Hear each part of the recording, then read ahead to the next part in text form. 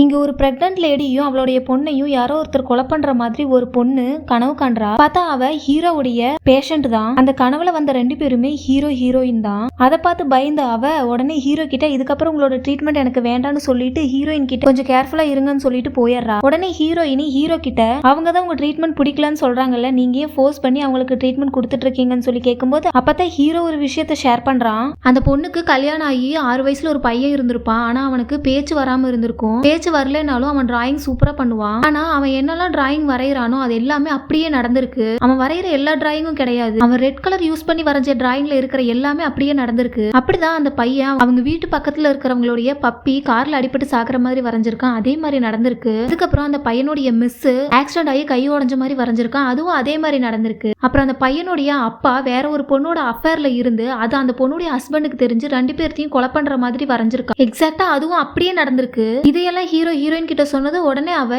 என்ன பார்த்து எதுக்காக கேர்ஃபுல்லா இருங்கன்னு சொல்லிட்டு போறான்னு கேட்க உடனே அந்த கனவுல வந்த பிரெக்னன்ட் லேடி நீ தான், உன்னை கொலை பண்ணது நான் தான் சொல்ல அவ பயங்கரமா ஷாக் ஆகுறா. அந்த பொண்ணோட பையன் வரைஞ்ச டிராயிங் புக்கை ஹீரோ கிட்ட அவ கொடுத்துட்டு போயிருப்பா. அவனும் அதை பத்தி நிறைய விசாரிச்சிருப்பான். ஆனா அது எதுவுமே நடக்கலன்னு சொல்லியிருப்பாங்க. ஃபர்ஸ்டா வரைஞ்ச அந்த 2 இன்சிடென்ட் மட்டும் நடக்கல. ஆனா அவன் ஹஸ்பண்டுக்கு நடந்தது உண்மைதான்னு சொல்ல அப்ப இது மட்டும் உண்மைன்னா மத்த இன்சிடென்ட் எப்படி பொய்ன்னு சொல்றீங்கன்னு கேட்கும்போது உடனே ஹீரோ அது அந்த பொண்ணுடைய கற்பனை, இது ஒரு விதமான ஒரு டிசீஸ்ன்னு சொல்றான். உடனே அடுத்த நாள் ஒரு ரியாலிட்டி ஷோக்கு ஹீரோயின் 2 பேருமே போறாங்க.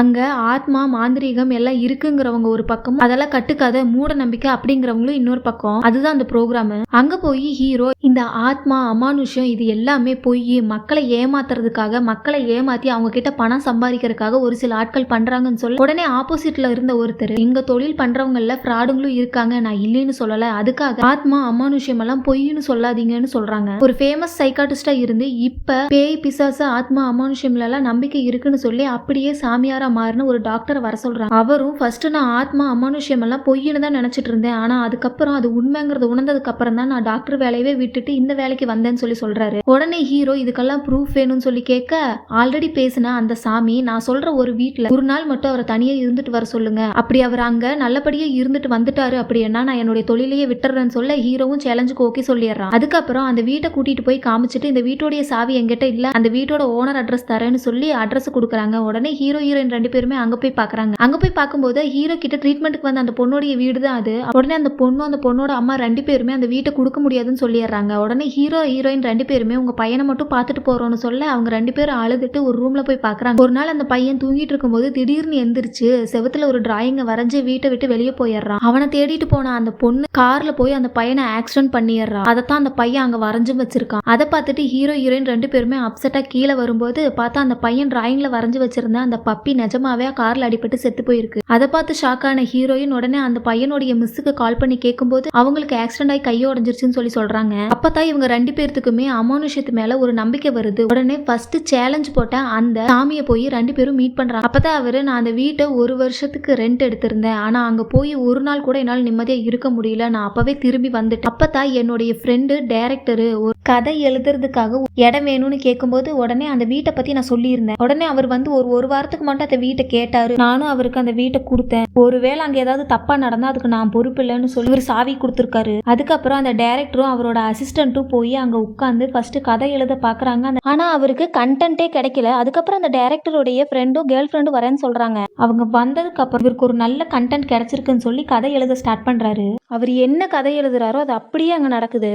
அதுக்கப்புறம் இனி இந்த கதையை கண்டினியூ பண்ண வேண்டாம்னு அவர் பாதியிலே நிறுத்த அவரோட அசிஸ்டன்ட் வந்து அந்த கதையை திரும்பவும் கண்டினியூ பண்றான். பார்த்தா அவன் எழுதுறதும் அப்படியே நடக்குது. உடனே அவங்க 2 பேரும் பயந்துட்டு அந்த புக்கை தூக்கி டஸ்ட்பின்ல போட்டுறாங்க. ஆனா அந்த டைரக்டரோட ஃப்ரெண்டுக்கு இந்த விஷயம் தெரியாம உடனே அவன் எடுத்து கம்ப்ளீட் பண்ண அது அப்படியே நடந்தது. அந்த சாமி ஹீரோயின் கிட்ட 2 பேர்த்துக்கிட்டையும் ஷேர் பண்ண உடனே ஹீரோயின் 2 பேருமே ஃபர்ஸ்ட் அந்த ரியாலிட்டி ஷோல பார்த்து அந்த டாக்டரை மீட் பண்றதுக்காக போறாங்க. அவர்கிட்ட போய் இந்த ஆத்மா அமானுஷ்யம் பிளாக் மேஜிக் இதெல்லாம் உண்மையா, நீங்க எப்படி நம்புறீங்க ஒரு டாக்டரா இருந்து, சயின்ஸுக்கும் இதுக்கும் என்ன சம்பந்தம் சொல்லி கேட்கும்போது அப்பதான் அவர் ஒரு விஷயத்த ஷேர் பண்றாரு. ஃபர்ஸ்ட் நம்ம உடம்புக்கு என்ன பிரச்சனையா இருந்தாலும் நம்ம டாக்டர் கிட்ட போய் பார்ப்போம், அதே மாதிரி நம்ம உடம்புக்கு மேல ஒரு சக்தி இருக்கு, நம்மளுக்கு உடம்பு சரியில்லாம் எப்படி போய் டாக்டரை பாக்குறோமோ அதே மாதிரி அந்த நம்ம உடம்புக்கு மேல இருக்கிற சக்தியை பயன்படுத்துற நம்மளுடைய நகம் முடி இதையெல்லாம் பயன்படுத்தி தான் நம்மளையே கெடுக்கிறதுக்காக இல்லி சூனியம் இந்த மாதிரி விஷயங்கள்லாம் பண்றாங்க. அது மட்டும் இல்லாம காத்து கருப்பு இதால பாதிக்கப்பட்டவங்களுக்கு கூட உண்மையான ஒரு சாமியாரால கண்டுபிடிக்க முடியும். கண்டுபிடிச்சு அதுக்கான முறையான வைத்தியத்தை அவங்க பண்ணுவாங்க அப்படின்னு சொல்ல உடனே ஹீரோயின் இதெல்லாம் யார் கண்டுபிடிச்சா அப்படின்னு சொல்லி கேட்கும்போது இதையெல்லாம் நம்மளுடைய முன்னோர்கள் வேதத்திலேயே எழுதியிருக்காங்க. நம்ம முன்னோர்கள் எழுதப்பட்ட வேதத்துல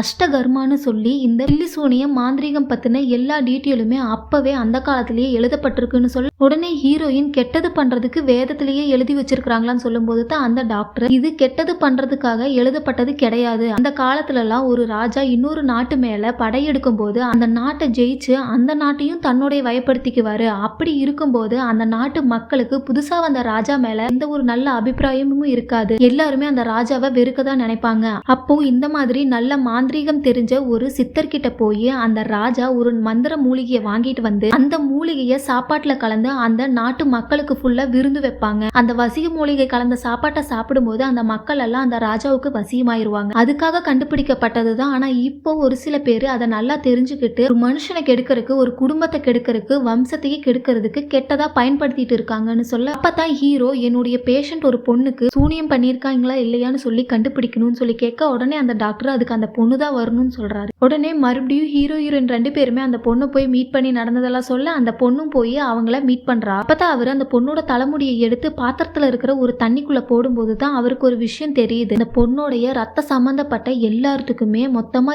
7 தலைமுறைக்கு பாதிக்கப்படுற மாதிரி ஒரு பெரிய பில்லி சூனியத்தை பண்ணி வச்சிருக்காங்கன்னு சொல்லி சொல்றாங்க. உடனே ஹீரோ இதை எடுக்க முடியாதுன்னு சொல்லி கேட்கும்போது அந்த டாக்டர் இதெல்லாம் எடுக்கவே முடியாது, ஒரு டைம் வச்சதுதான், ஆனா யாரு வச்சாங்கன்னு சொல்லி கண்டுபிடிச்சா அது அப்படியே அவங்களுக்கு திருப்பி விட முடியும்னு சொல்ல உடனே ஹீரோ திரும்பவும் போய் நீங்க உங்க அம்மா கிட்ட இதை பத்தி கேட்டு பாருங்க, உங்களுடைய ஃபேமிலியில யாருக்கிட்டையாவது ஏதாவது பிரச்சனை இருக்கான்னு சொல்லி கேட்கும்போது அப்பதான் அந்த பொண்ணு என்னுடைய அம்மாக்கும் பெரியம்மாவுக்கும் சொத்து தகராறு இருந்ததாகவும் அவங்க சொத்து பிரிச்சு கொடுக்க மாட்டேன்னு சொன்னனால எங்க பெரியம்மா சண்டை போட்டுட்டு போனதாகவும் எங்க அம்மா ஒரு டைம் சொல்லியிருக்காங்க. எங்க அப்பாவுடைய தங்கச்சி எங்க அத்தை எல்லாம் ஒரே வீட்டுல தான் இருந்திருக்கிறாங்க. அவங்களுக்கு கல்யாணம் ஆகி ஒரு பொண்ணும் இருந்திருக்கு. கார் ஆக்சிடென்ட்ல அவங்க இறந்து போனதுனால எங்க மாமாவும் அந்த துக்கம் தாங்க முடியாம தற்கொலை பண்ணி இறந்து போயிட்டாருன்னு சொல்லிதான் சொல்லியிருக்காங்கன்னு சொல்ல உடனே ஹீரோ உங்க அம்மா கிட்ட போய் இதை பத்தி மறுபடியும் கேளுங்கன்னு சொல்ல அந்த பொண்ணும் போய் அவங்க அம்மா கிட்ட நமக்கு யாரோ சூனியம் வச்சிருக்காங்களாமா, 7 தலைமுறைக்கும் பாதிக்கிற மாதிரி பண்ணியிருக்காங்க, அதனாலதான் நமக்கு இப்படி எல்லாம் நடக்குது, திரும்பவும் நம்ம குடும்பத்துல நடந்த பிரச்சனை எல்லாம் சொல்லுங்கன்னு சொல்லி கேட்க அவங்க யாரு என்னன்னு கண்டுபிடிச்சாதான் இந்த பிரச்சனை எல்லாம் சரி பண்ண முடியும்னு சொல்லி கேட்கும்போது தான் அவங்க அம்மா ஒரு விஷயத்த ஷேர் பண்றாங்க. அவங்களுடைய ஹஸ்பண்டுக்கு ஒரு தங்கச்சி இருந்திருக்கா. அந்த பொண்ணு அவங்க அண்ணனுக்கு தெரியாமையே கல்யாணம் பண்ணிட்டு வந்திருக்கா. இருந்தாலும் பரவாயில்லன்னு சொல்லி 2 பேர்த்தையும் சேர்த்து வச்சு அந்த பொண்ணுடைய அப்பா அவங்க அத்தையும் மாமாவையும் நல்லபடியா பார்த்துட்டு வந்துட்டு இருந்திருக்காரு. அவங்களும் 5 வருஷம் நல்லா தான் இருந்துட்டு இருந்திருக்காங்க. அவங்களுக்கு ஒரு பெண் குழந்தையும் பிறந்திருக்கு. திரும்பவும் அந்த பொண்ணு பிரெக்னண்டாவும் இருந்திருக்கா. திடீர்னு என்ன ஆச்சுன்னு தெரியல. அந்த பொண்ணுடைய ஹஸ்பண்ட் சூதாட்டத்துக்கு அடிமையாகி ஊர் ஃபுல்லா கடன் வாங்கி சூதாட்டத்திலே அழிஞ்சு ஃபுல்லா ட்ரிங்க்ஸ் பண்ணி சூதாடுறதுக்கு பணம் பத்தாம வந்து அந்த பொண்ணுடைய அண்ணன் கிட்ட அவளுக்கு வர வேண்டிய சொத்தை பிரிச்சு தர சொல்லி பிரச்சனை பண்ணிருக்காரு. அதெல்லாம் தர முடியாதுன்னு சொன்னதுக்கு அப்புறம் யாரும் இல்லாத டைம்ல அவரோட ஒய்ஃப் கிட்ட சண்டை போட்டு அவளை போட்டு அடிச்சு அந்த பொண்ணையும் அவங்களுடைய குழந்தையையும் கொலை பண்ணிட்டு அதை பார்த்து தாங்கிக்க முடியாம சூசைட் பண்ணி இறந்து போயிருக்காரு. இதுக்கிடையில ஹீரோ அந்த பொண்ணுடைய தாத்தா கை கால் வராம உட்கார்ந்துட்டு இருந்தவர்கிட்ட போய் பேசிட்டு இருக்கான். அதுக்கப்புறம் இந்த பொண்ணு அவங்க அம்மா கிட்ட எல்லாமே கேட்டு முடிச்சதுக்கு அப்புறம் அப்பதான் அந்த பொண்ணுடைய அம்மா ஃபேமிலி போட்டோவை எடுத்து எல்லாரோட போட்டோவையும் காமிச்சிட்டு அந்த பொண்ணுடைய பெரியம்மா போட்டோவை காமிச்சு இதுதான் உங்க பெரியம்மா, எங்க 2 பேர்த்துக்கும் சொத்து தகராறு வந்ததுனால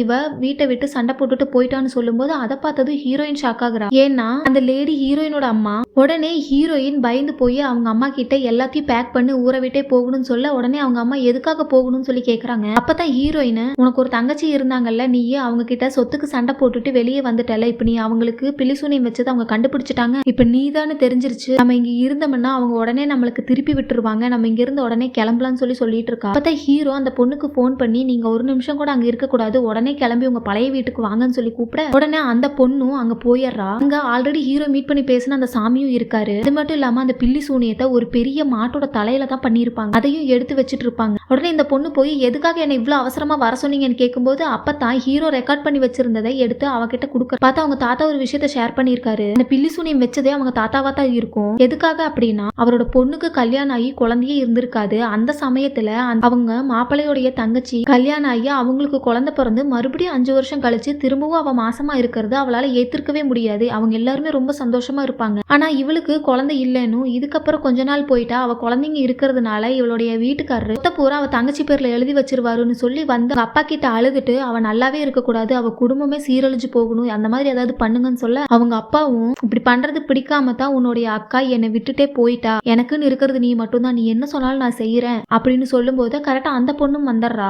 வந்துட்டு அவளுக்கு ஆண் குழந்தை பிறக்கணும்னு ரொம்ப ஆசை, அதனால ஆண் குழந்தை பிறக்கறதுக்கு ஏதாவது பண்ண முடியுமான்னு சொல்லி அவர்கிட்ட கேட்க உடனே அவரு உன்னுடைய புருஷனோட தலைமுடிதான் வேணும், அது இருந்தா மட்டும்தான் ஆண் குழந்தை பிறக்கிற மாதிரி பண்ண முடியும்னு சொல்ல உடனே அவளும் நம்பிட்டு போய் யாருக்கும் தெரியாம அவ புருஷனுடைய தலைமுடியை கொண்டு வந்து கொடுக்க அவரும் அவர் ரத்த சம்பந்தப்பட்ட எல்லாத்துக்கும் 7 தலைமுறைக்கு அந்த பில்லி சூனியா பாதிக்கப்படுற அளவுக்கு ஒரு ரொம்ப ரொம்ப பயங்கரமான ஒரு பிளாக் மேஜிக்க பண்ணி அந்த பொண்ணு கையாலேயே கொடுத்து அதை கொண்டு போய் அவ வீட்டுல மாட்டி வைக்க சொல்ல அவளும் கொண்டு போய் மாட்டி விட்டுறா. அவங்க மாட்டி விட்டதுக்கு அப்புறம் அதோடைய வீரியம் அதிகமாக ஆக அவங்க சந்தோஷமே இல்லாம ஃபுல்லா செதஞ்சு போயிருச்சு. அந்த பிளாக் மேஜிக்கோட பவரால தான் அவளுடைய ஹஸ்பண்ட் குடிச்சிட்டு வந்து அவங்க 2 பேர்த்தையும் கொண்டுட்டு அவனும் சூசைட் பண்ணிருப்பான். அந்த டைம்ல கன்சீவா இருந்த அந்த பொண்ணுக்கு டெலிவரியும் ஆயிரும். அதை பார்த்து அந்த ஆளோடைய பொண்ணு இந்த குழந்தைய நானே வளர்த்திக்கிறேன், எனக்கு குழந்தைங்களே இல்லைன்னு சொல்லும்போது அவங்க அப்பா அந்த சூனியத்துடைய பாதிப்பு இந்த குழந்தைக்கும் தான் இருக்கும், இது நல்லதில்லை, இந்த குழந்தையும் கொண்டுன்னு சொல்ல அவ கேட்காம அவளே வளர்த்திட்டு இருப்பா. இதெல்லாம் தெரிஞ்ச இந்த பொண்ணு என் அம்மாவையும் குடும்பத்தையும் கொண்டவங்களோடவா இவ்வளவு நாள் நான் வாழ்ந்துட்டு இருந்தேன்னு சொல்லி அவ பயங்கரமா அழுகுறா. அதுக்கப்புறம் ஒன்னும் பிரச்சனை இல்லை, இதை அப்படியே அவங்களுக்கு திருப்பி விட்டுறலான்னு சொல்லி ஹீரோ ஆல்ரெடி அந்த தாத்தா கிட்ட பேசிட்டு இருக்கும் போதே அவரோட தலைமுடியில இருந்து ஒரு முடியை எடுத்துட்டு வந்து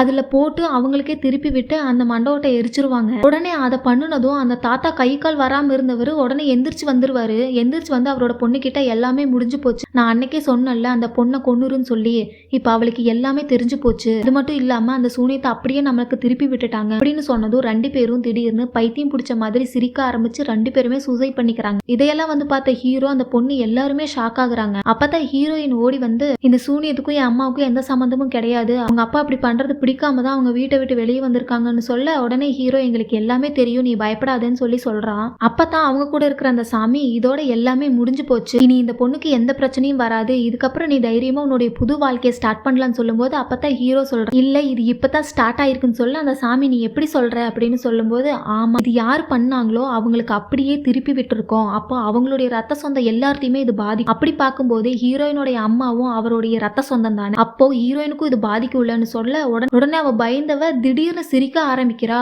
அதையெல்லாம் பார்த்துட்டு இது இன்னுமே கண்டினியூ ஆகும்னு சொல்லி அப்படியே அந்த படத்தை முடிச்சிடுறாங்க.